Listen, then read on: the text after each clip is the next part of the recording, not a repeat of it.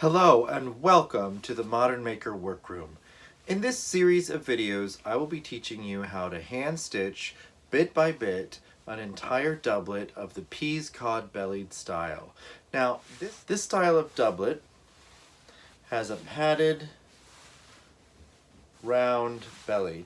Now this padding only goes in this area right here. It's not meant to extend out to change the profile of the garment. That would end up looking like fat padding, whereas this here is ending up as this curved front that is meant to represent a similar style to what would be worn with the armor of the time period. The specific doublet that I'm creating for you is very thin and lightweight, so the only padding and pad stitching is right here in the front. Everything else is left flat. It's very thin layers of silk and linen, which gives the opportunity for air to move freely through the garment. It's lightweight, it's easy to wear, and it looks great when you have it on. Now, the padded PEASCOD belly isn't for everyone because it's a strange shape, and while it is incredibly authentic, it often feels very strange for modern people to distort their bodies in this manner. However, we're perfectly comfortable to have women wearing corsets, and for that reason, I feel that we should have more men wearing PEASCODs. Distorting the shape is a very historically accurate thing to do, and who am I to steer away from historical accuracy when it comes to the silhouette? I like the shape, it feels nice to wear, I don't even notice I have it on, and the goal is to look just like this dude behind me. You see him on the wall right there? That's this garment right here, and I'm very excited to show it to you and to demonstrate how to make it. Thank you so much. Get your needles and thread ready, and let's get stitching.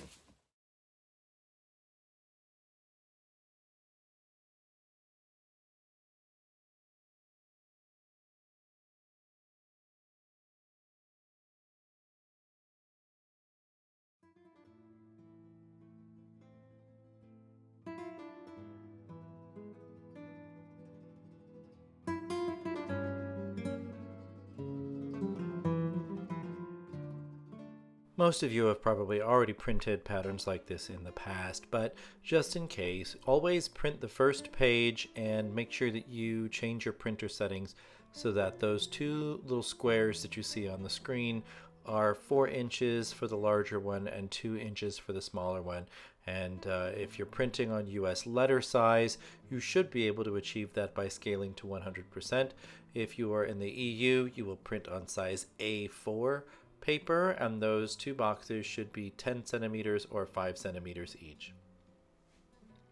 As you tape the pattern pieces together, make sure that you align the little circles that are along each edge, always, of course, favoring the lines of the pattern over the alignment of the pieces of paper. It's usually pretty obvious when the printer might have accidentally skewed a piece of paper slightly to the side or something. So make sure that you make the lines of the pattern piece match up rather than just following the alignment points on the paper. They both help, but it's important to kind of just make sure that you favor the pattern shape.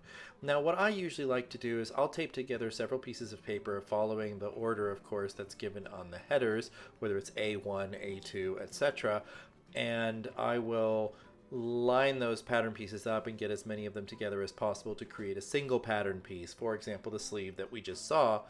But in this example here, the little sliver of pattern piece that you see on the right hand edge of my paper, that is what remains of the sleeve, and I need that in order to finish out the sleeve pattern. So I'm just trimming it out and then taping it on so that I have a completed pattern piece. What I find is that if I try to tape together every single row and then tape together all of those rows, then I tend to have some misalignment of the pattern pieces. So I find it more advantageous to try to build each pattern piece as I go and cut it apart so that I'm focusing on aligning the lines of as few pattern pieces as possible in each pass. Now, I have made every effort to create the PDF pattern so that the dots are perfectly aligned, but even my own printers sometimes will skew the paper one direction or another, and they won't ever perfectly align. So I always favor the lines of the pattern piece itself.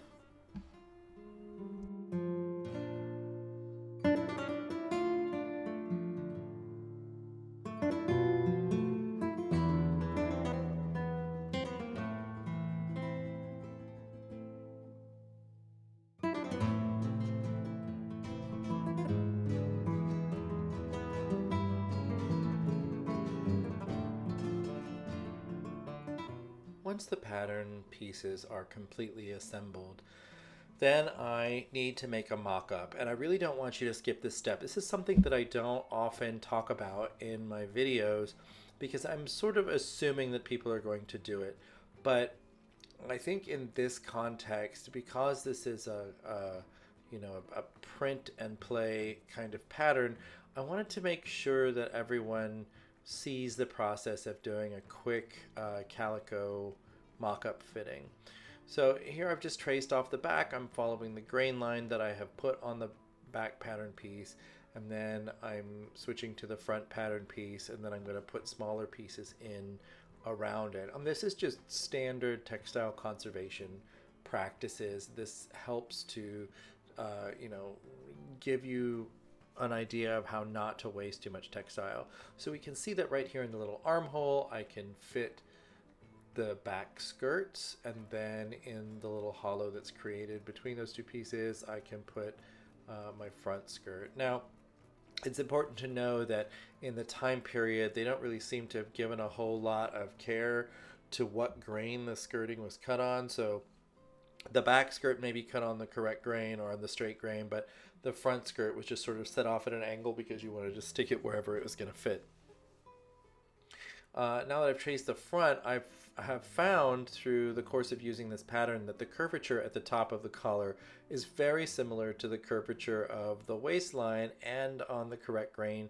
So usually I will just butt the collar pattern right up against the body and only use the one line. Like I'll just cut straight across, or pardon me, cut into the curve of the waist, and it magically creates the curvature of the top of the collar. Now, this muslin that I bought is only 30 inches wide, so you're looking at it's folded in half down its length, and it's only 15 inches, which means that it doesn't fit my sleeve. So this practice can also be used when you're cutting silk that is narrow for the final garment, where the pattern piece is folded down along its center, and then it's traced. And once all the pattern pieces are traced and cut out, then I will open them flat, and I'll actually trace trim out the sigh in the sleeve. And this just helps me, control the waste of the fabric. It does mean that on one sleeve there will be a seam down the front of the sleeve, but in several extant garments they've done this, and it's hardly noticeable even after this many hundreds of years for those garments. So I'm going to go ahead and do it here because it does make my life a lot easier. I don't have to piece anything. I don't have to open the fabric out flat. I can just cut and go. So I'm going to speed things up a little bit so I can get through the cutting portion, and you can see what happens when I finalize the sleeve shape. So you can see that I'm not specifically cutting one whole shape out at any one time. Like I'm kind of working my way around the pieces to be sure that I can use as few scissor cuts as possible, just to make sure that they're accurate. Now it's these two sleeve pieces. I got one, I already stitched the seam on it so that I can just trim out the excess from the side and make sure I clip my notch. And there we go, now it's done. And I wanted you to see this here. I've already stitched the collar of the muslin. The front collars are done, and I also stitched the center back seam, so that I'm about to run back to my sewing machine and just assemble the whole thing for the fitting. There's my fronts, they're ready to go. My sleeves are ready to stitch. And here's my center back seam, all clipped and pressed. You want to clip with your curvature up by the neck. So let's have a fitting.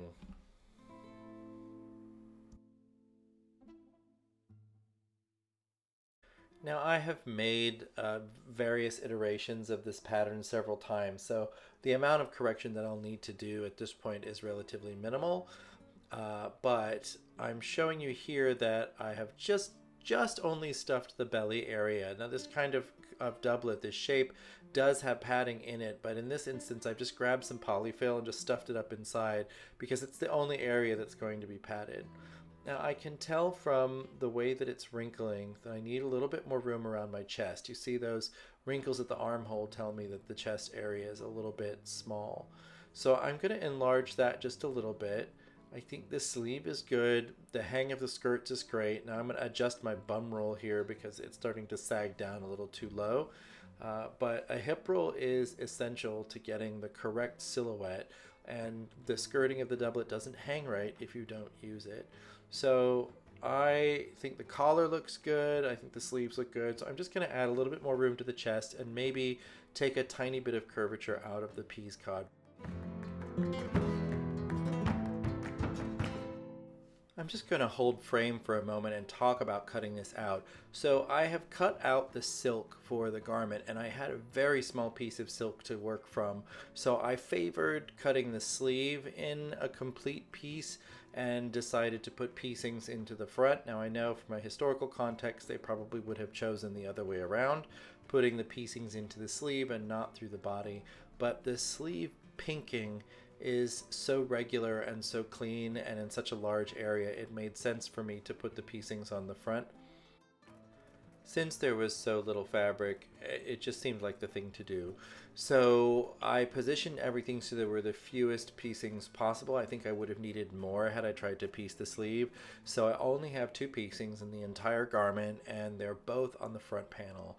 One of them is on the straight grain, which is not too bad. The other one is at this diagonal, which is going to make pinking the doublet front a little bit awkward.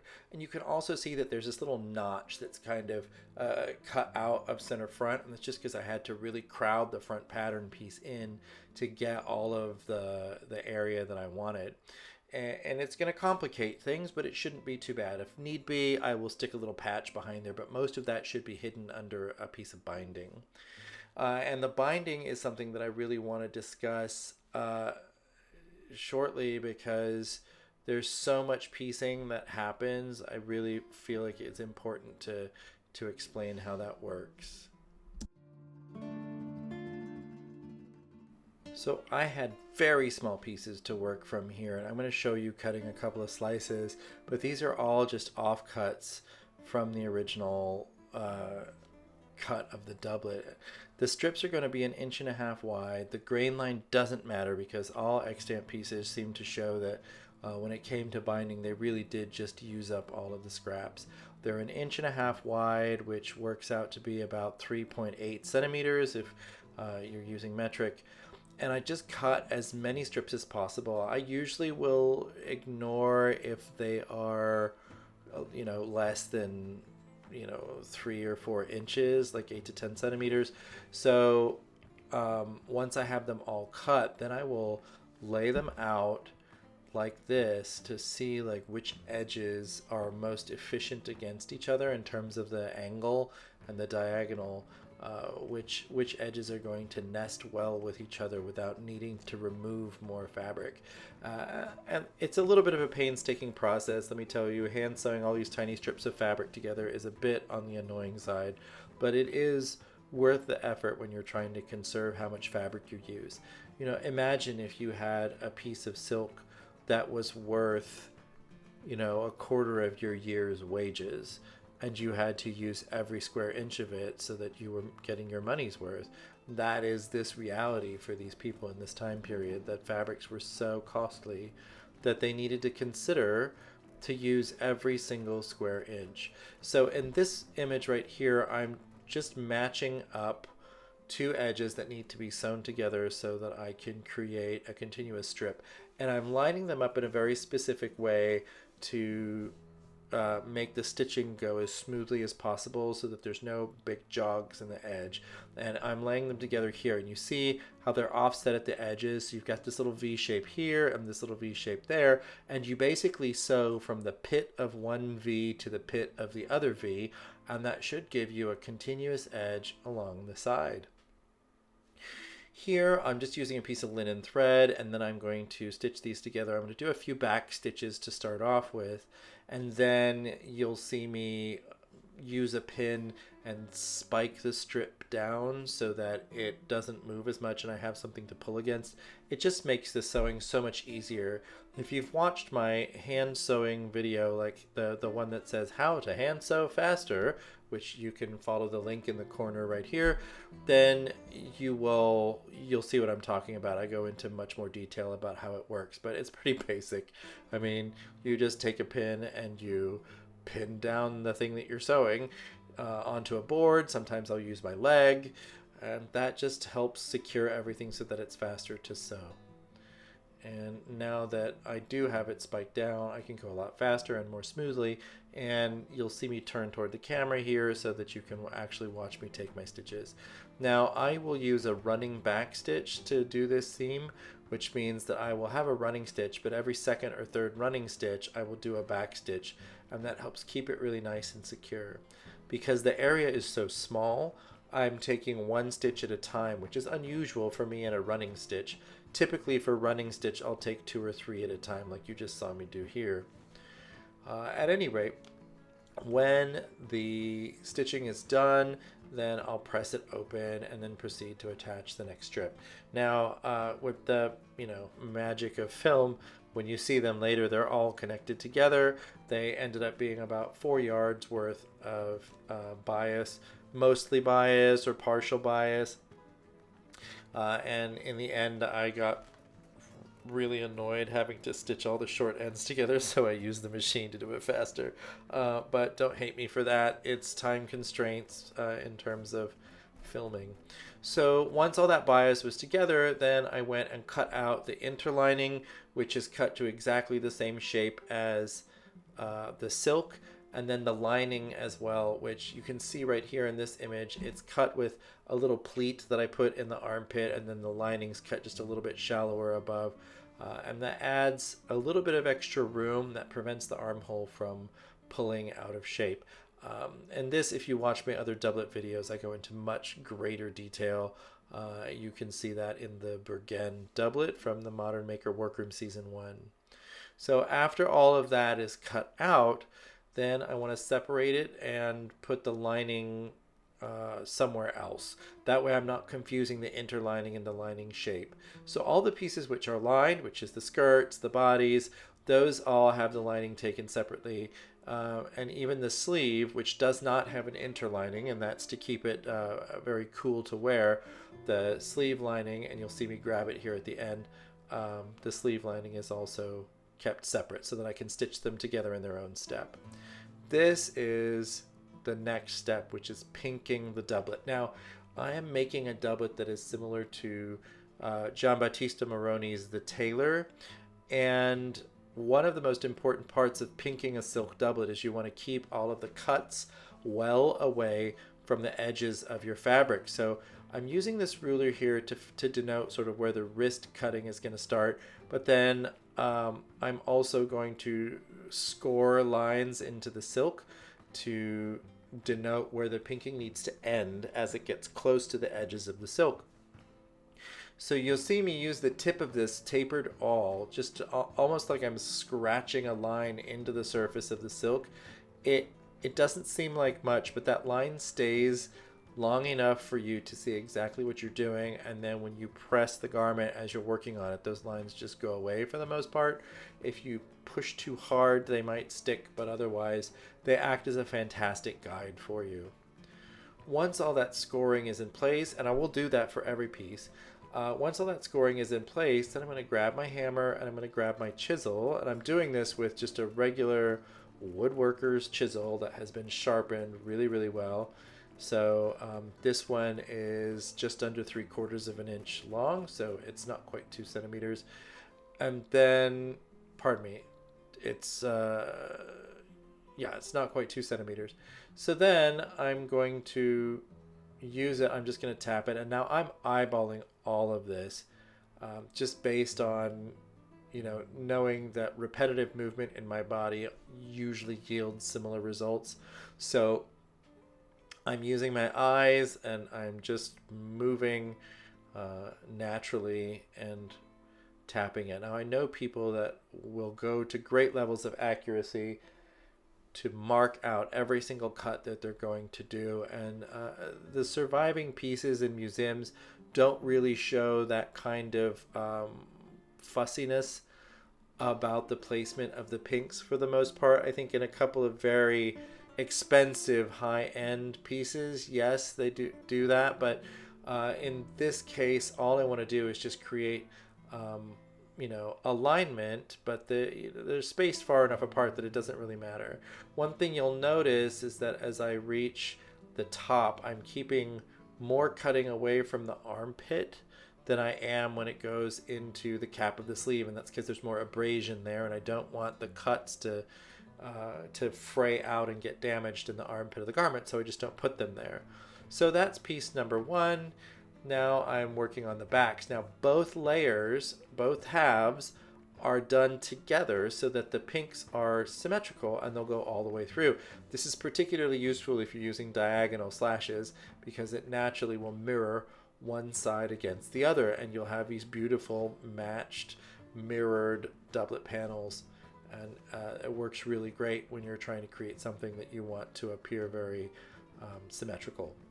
Now here, working on the fronts, I'm scoring my my placement into the doublet front. I'm keeping it well away from all of the edges and kind of even deeper at the bottom of the armpit, again because the abrasion could very easily tear those cuts open in a way that I don't want.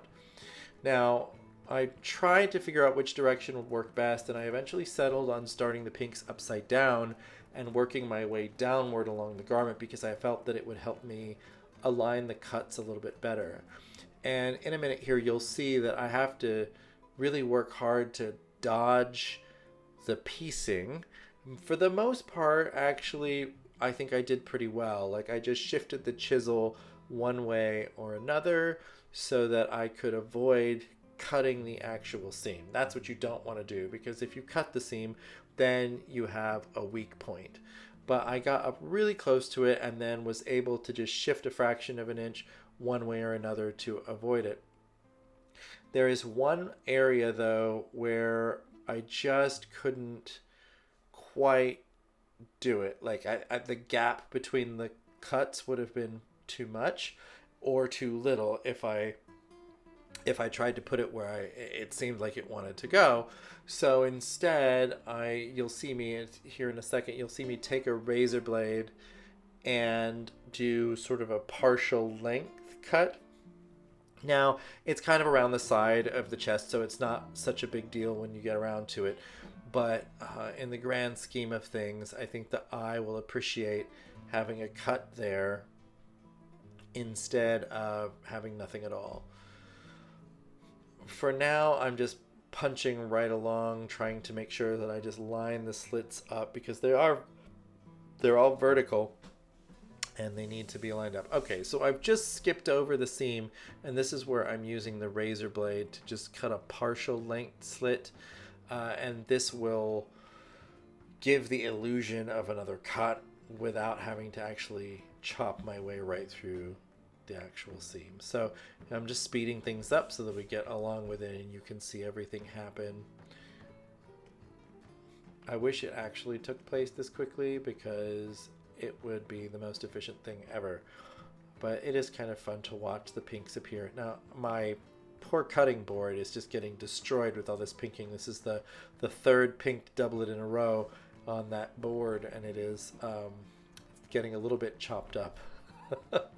So now that the doublet is all pinked, I'm just measuring my binding to make sure that I have enough, and I have about 4 yards, and I'm pretty sure that that is more than enough to do what I need to do, just to go around the exterior edge of the doublet.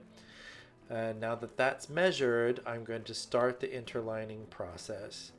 I have my interlining down, I put my silk on top, and I'm very carefully unrolling everything in this very specific way so that I know that I've got the right and the left.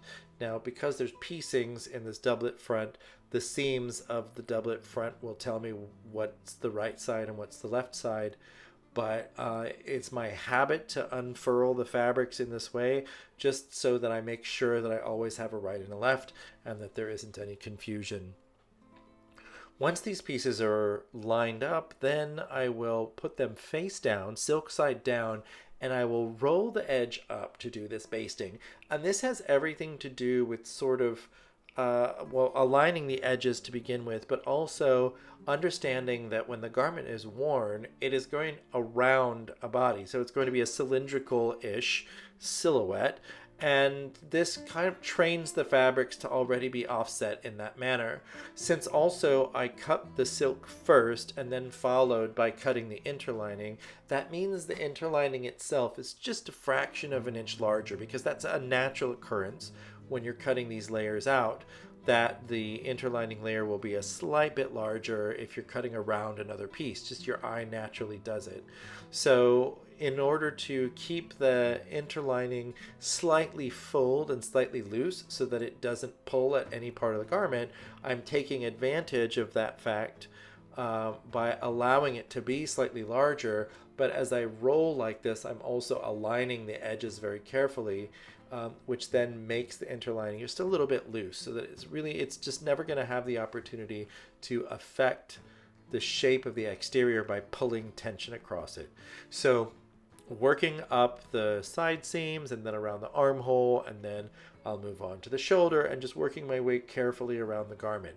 Now, for a more substantial doublet, let's say a doublet where I am doing pad stitching through the shoulder and all this interior structuring, a winter construction doublet, which is the heavier style construction, I would be doing a whole different kind of basting at this point.